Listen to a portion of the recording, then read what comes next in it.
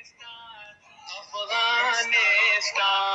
راشین بشي زرغون بشي وطن افغانستان وزرو کې مې کړه دې جانان افغانستان.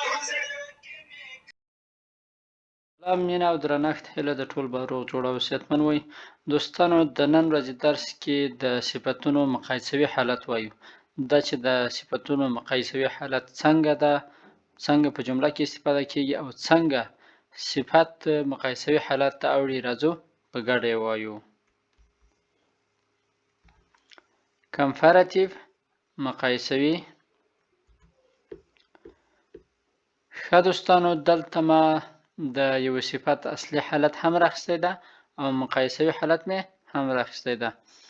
adjective صفت، comparative او مقایسوي حالت. فیل ډیر، میر لا پسې ډیر، ګود ښه، بیسر لا پسې ښه، وارم ګرم، وارمر لا پسې ګرم.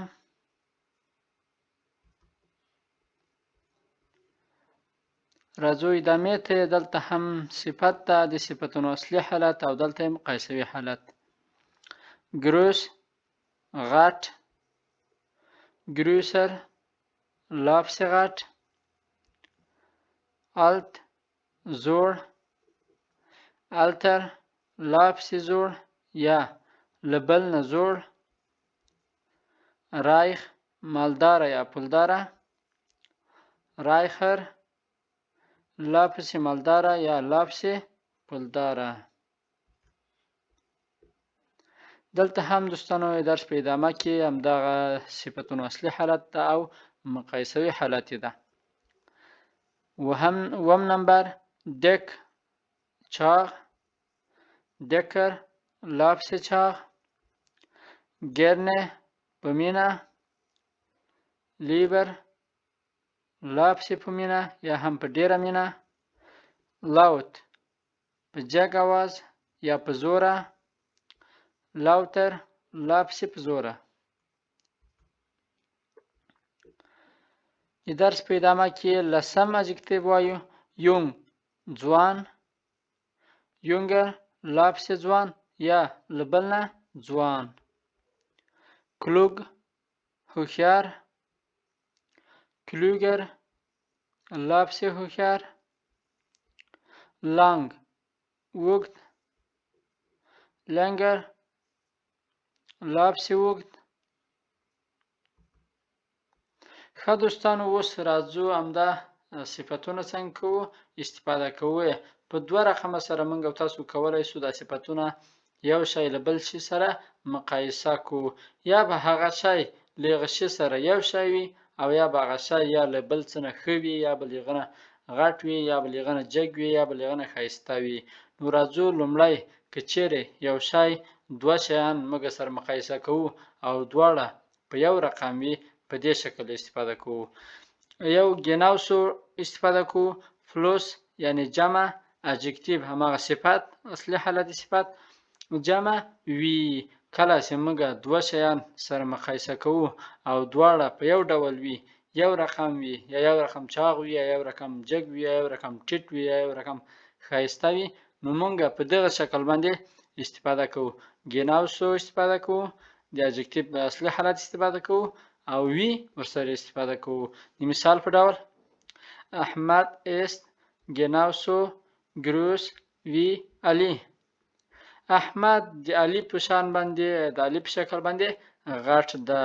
دلته دوستانو موږ او تاسو دغه احمد او علي سره مقایسه کړل، دواړه په یو شکل باندې غټ دي. چې کله دواړه په یو شکل باندې غټ دي، موږ له دې فرمول نه استفاده وکړه، genauso جمع adjective جمع وی. دا genauso جمع groß یو adjective ده، جمع وی او د جملې باقی برخه. بیا راځو دوهم مثال ته. Er spricht genauso gut wie English. هغه خبرې کوي ښې د انګلیسي په شکل باندې. یو کس ته خبرې کوي په دوج باندې، نو یو بل کس په اړه باندې وای هغه د انګلیسي په شکل باندې ښې خبرې کوي. دلته هم دا کس د دغه کس خبرې څنګه شولې مقایسه شولې د بلې ژبې خبرې له انګلیسي ژبې سره مقایسه شولې نو دلته دواړه ژبې دي نو ځکه موږ له دغه فرمول نه استفاده وکړه ګناوسو جمع adjective جمع وی یعنی دواړه د عین شی لکه په بله ژبه چې خبرې کوي په همغه شکل په انګلیسي باندې خبرې کوي. Er spricht genauso gut wie Englisch. هغه د انګلیسي په شکل باندې ښې خبرې کوي. راځو د درس ادامې ته. دوستانو د درس په ادامه کې اوس وایو comparative plus als. comparative جمع als. هلته خو داسې حالت دوستانو مخکې مو چې ویلې چې دواړه شیان په یو شکل وو په یو ډول وو. اوس بیا په دې شکل دی چې یو شی له بل شي نه یا غټ ده یا چاغ ده یا وړکی ده یا ښه ده یا بد ده. دا په دې شکل باندې استفاده کوو له دغه فرمول نه استفاده کوو چې د صفت کمپراتیو حالت او مقایسوي حالت جمع als. د مثال په ډول باندې لومړی مثال ننګرهار است warmer als کابل. ننګرهار له کابل نه ګرم ده. دلته دا ننګرهار څه ده دا له کابل نه څنګه ده ګرم ده یعنی ګرمتر ده یا ډیر ګرم ده له کابل نه. نو دلته مو له دغه فرمول نه استفاده وکړله دوه شیان مو سره مقایسه کړل چې دواړه په یو شکل باندې نه دي. وارمر دا د صفت کمپراتیو حالت ده او als مو سره استفاده کوي. بیا راځو دوهم مثال ته. هلمند است größer als لوګر.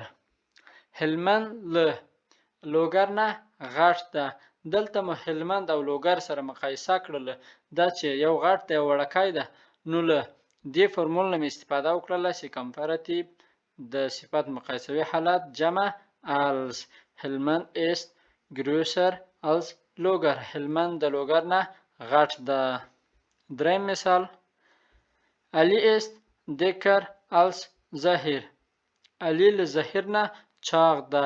دلته مو علی او ظهیر سره مقایسه کړله خو دا مقایسه په دې شکل ده چې علی چې ده له ظهیر نه چاغ ده نو موږ له دغه فرمول نه استفاده وکړو علی است dicker als ظهیر.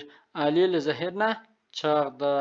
دا دوستانو د نن ورځې درس که چیرې مو درس خوښ شوی وي او یو څه مو ورنه زده کړي وي نور ملګرو سره هم شریک کړئ.